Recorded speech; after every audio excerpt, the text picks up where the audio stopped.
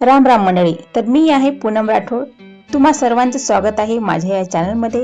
आशा करते तुम्ही सगळे चांगले आहात, मी पण चांगली आहे. तर आज आहे शनिवार, सेकंड सॅटर्डे, म्हणजे मुलांना सुट्टी. मुलांना सुट्टीमध्ये घरामध्ये पसारा आणि खूप सगळे काम. आज मी विचार केला होता थोडंसं उशिरा उठायचं. उशिरा तर उठले, पण घरातला पसारा बघून माझ्या डोक्याला ताण आला. म्हणजे डोकं एवढं दुखायला लागलं की मग मी लगेच 2 कप चहा केला. मी पण घेतला आणि माझ्या मिस्टरांना पण दिला. तर तुम्ही घेतला असेल तर या चहा घ्यायला. तर जसं मी सांगितलं, आज शनिवार आहे, तर आज माझ्या नाचते उपवास. त्यामुळे मी त्यांच्यासाठी भगर आणि साबुदाणे एकत्र भिजत घातले होते. हे ना भिजत घालताना कधीही अगोदरच्या दिवशी भिजत घालायचे. रात्रभर भिजले ना की दुसऱ्या दिवशी याचे माझे आपण हे बनवतो, डोसा बनवतो. हे खूप छान बनतात. यामध्ये काय करायचं, आता 2-3 हिरव्या मिरच्या टाकायच्या, अर्धा वाटी पाणी टाकायचं आणि छान असं मिक्सरमधून पिसून घ्यायचं. आता भगर आणि साबुदाण्याचं जे आहे ते पेस्ट मी छान पिसून घेतलेलं आहे. त्याला एका भांड्यामध्ये काढायचं आणि त्यामध्ये मीठ टाकून मिक्स करायचं आणि साईडला ठेवून द्यायचं. त्यामध्ये लागलं तर थोडं पाणी टाकायचं, नाही लागलं तर तसंही केलं तरी चालेल.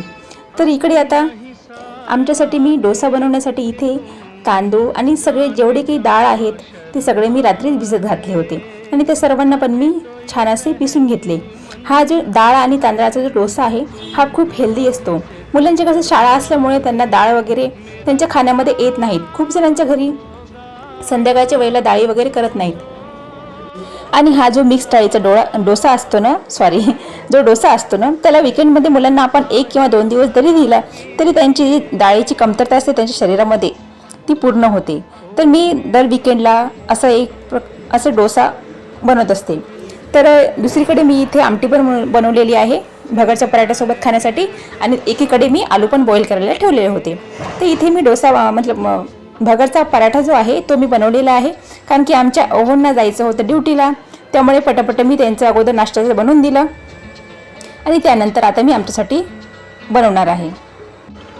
तर चला, आता इथे जे आलू मी बॉईल करून ठेवले होते ते थंड झालेले आहेत. तर सगळ्यांची मी आता चिलकी काढून घ्यायची आणि ज्या भाज्या लागतात चटणीसाठी ते सगळं कापून घ्यायचं. कापून झाल्यानंतर ती चटणी जी आहे तिला फोडणी देऊन द्यायची. आता फोडणी तर सगळ्यांना देताच येते, ते सांगण्याचं तर काही हेच नाही आहे. तर जोपर्यंत चटणी बनत आहे तोपर्यंत काय करायचं की बघा, आता सगळ्यांचे यूट्यूब चॅनल आहेत आणि यूट्यूब चॅनलवर कोलॅबोरेशन हा ऑप्शन पण आहे. तर ज्यांना पण माझ्यासोबत कोलॅबोरेशन करायचं आहे ते मला मेसेज करू शकता. आता मेसेज कोणत्या व्हिडिओवर करायचं, जो व्हिडिओ मी लेटेस्ट टाकलेला आहे तसं मी व्हिडिओ रोज टाकत नसते, पण शॉर्ट जे आहे मी एका दिवसाची 2 किंवा 3 टाकत असते. जर तुम्ही माझी व्हिडिओ नेहमी बघत असाल तर तुम्हाला माहीत असेल की मी कॉमेडी व्हिडिओ बनवत असते. तर त्यामुळे मी जो व्हिडिओ टाकते समजा, त्या व्हिडिओवर तुम्ही मला कमेंट करायचं. मी तुमचं कमेंट बघेल आणि तुम्हाला नक्की रिप्लाय देईन. आणि ज्यांना पण तुमच्या चॅनलचा प्रमोशन करायचं असेल, मी प्रमोशन पण फ्रीमध्ये करेल. बघा, यामुळे काय होईल, माझं पण चॅनल आता म्हणजे 1 वर्षापेक्षा जास्त झालं, पण माझे पण सबस्क्रायबर वगैरे वाढलेले नाही आहेत आणि त्यामुळे माझे पण सबस्क्रायबर वाढतील आणि तुमचे पण वाढतील. तसं मला पण फायदा आणि तुम्हाला पण फायदा. तर चला, तर गप्पा गोष्टी करता करता इकडे आलूची चटणी झालेली आहे आणि जे डोसाचं बॅटर होतं मिक्स डाळीचं त्यामध्ये मी मीठ टाकलं चवीपुरती आणि इथे मी तवा गरम करायला ठेवलेला आहे. तव्यावरती काय करायचं ना, अगोदर तव्याला तेल लावायचं आणि चांगलं गॅसवर गरम होऊ द्यायचं. तवा चांगला गरम झाला, तव्यावरून धूर निघत आलं की नंतर काय करायचं, थोडीशी त्याच्यावर पाण्याचे छिलटे टाकायचे आणि एका कपड्याने पुसून घ्यायचं आणि नंतर छान असा डोसा हा पसरून घ्यायचा. जसे आपण चिला वगैरे बनवतो ना की आपण तव्यावर तेल टाकतो, त्याच्यानंतर आपण बॅटर टाकतो, तसा हा डोसा नाही बनवायचा. या डोस्याला बनवायला खूप तेल हे कमी लागते आणि बनायला पण हे खूप चटकन बनतात आणि खायला पण खूप टेस्टी लागतात. तुम्ही एकदा ना हे डोसा नक्की बनवून पाहाल माझ्या सांगण्यावरून. आणि डोसा म्हटलं ना की माझ्या दोन्ही मुलांना आवडते. माझ्या नमनला तर खूपच आवडते आणि मला पण. डोसा छान बनला होता, आम्ही सगळ्यांनी खाल्ला पण. आता हे तर झालं नाश्त्याचं. मग दुपारचं काय, आता खाल्ल्यानंतर बाकीचे सगळे बाकीची कामं आवरले. आणि हो, सांगायचं झालं तर हा माझा फर्स्ट ब्लॉग आहे. तसं मी याआधी खूप सारे व्हिडिओ टाकलेले आहेत, पण ॲज अ ते व्हिडिओ टाकायचे म्हणून पण मी ब्लॉग हा कधी बनवला नव्हता. तर असं वाटलं की चला आजपासून ब्लॉग बनवूया. तर नाश्ता वगैरे केला आणि सगळे भांडे वगैरे आवरून घेतले जे नाश्त्याचे होते ते, कारण की यानंतर दुपारच्या जेवणाची तयारी पण करायची होती. तर इथे मी गॅसवटा वगैरे सगळे भांडे वगैरे क्लीन करून घेतले, घरातली सगळी साफसफाई केली आणि बाहेरची पण जे काही कामं असतं समजा आपले हाऊसवाईफची दररोजची ते सगळे पण आवरून घेतले.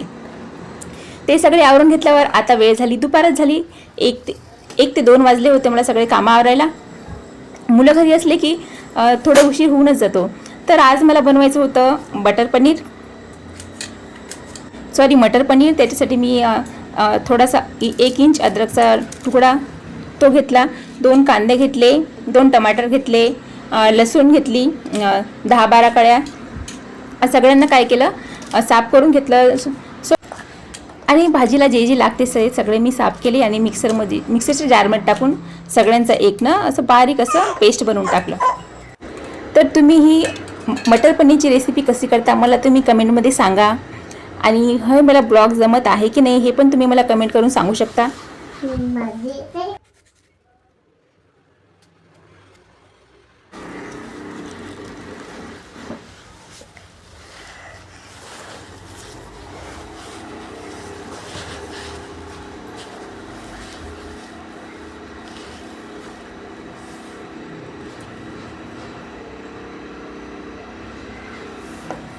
तर चला तर मंडळी, इकडे पेस्ट बनवून तयार आहे. इकडे दुसरीकडे मी कढई ठेवलेली आहे, त्यामध्ये तेल, जिरा छान तडकला ना की काय करायचं, जो पेस्ट बनवून ठेवलेला आहे तो मी त्या तेलामध्ये टाकून द्यायचं आणि मस्त असं भाजून घ्यायचं. भाजून घेताना काय करायचं, गॅसची फ्लेम एकदम हाय करायची नाही, लो ठेवायची आणि 2-2 मिनिटांनी हा जो चम्मच आहे तो त्या जो बॅटर आहे त्यामध्ये असं फिरवत राहायचं, जेणेकरून आपली जो ग्रेव्ही आहे ती लागणार नाही. त्या प्रकारे ग्रेव्हीचं जेव्हा तेल सुटते त्यानंतर काय करायचं, त्यामध्ये सगळे मसाले टाकून द्यायचे. ज्या प्रकारे तुम्हाला तिखट वगैरे लागते त्या प्रकारे सगळे मसाले टाकायचे. आणि इथे बटर पनीर मी मसाला घेतलेला आहे सुहानाचा, हे मसाला टाकून दिलं, त्याला पण छान असं भाजून घेतलं आणि थोडंसं गरम पाणी करायचं, थंड पाणी नाही घालायचं. थंड पाणी टाकल्याने काय होते, आपल्या भाजीची चव आहे ती चांगली येत नाही, चव कमी होऊन जाते. जर तुम्हाला चव जर इन्हेन्स करायची असेल थोडं गरम पाणी टाकायचं प्रत्येक भाजीमध्ये, हेच भाजीमध्ये नाही प्रत्येक भाजीमध्ये टाकायचं. त्यानंतर ग्रेव्हीला छान तेल सुटलं की ते वरून जे आपण मटर आणि पनीर आहे ते दोन्ही पण टाकून द्यायचं. वरून मीठ टाकायचं, कोथिंबीर टाकायची, आपल्याला लागते तेवढं पाणी टाकायचं आणि छान असं शिजू द्यायचं. ते तर भाजी तर माझी झाली होती. इकडे दुसरीकडे मी मग पोळ्या पण टाकून घेतल्या दुपारसाठी आणि इकडे सगळा स्वयंपाक माझा बनवून हा रेडी आहे. तर मंडळी, तुम्हाला हा माझा ब्लॉग कसा वाटला मला कमेंटमध्ये नक्की सांगा आणि माझ्या चॅनलला लाईक, शेअर, सबस्क्राईब जरूर करा. Bye bye.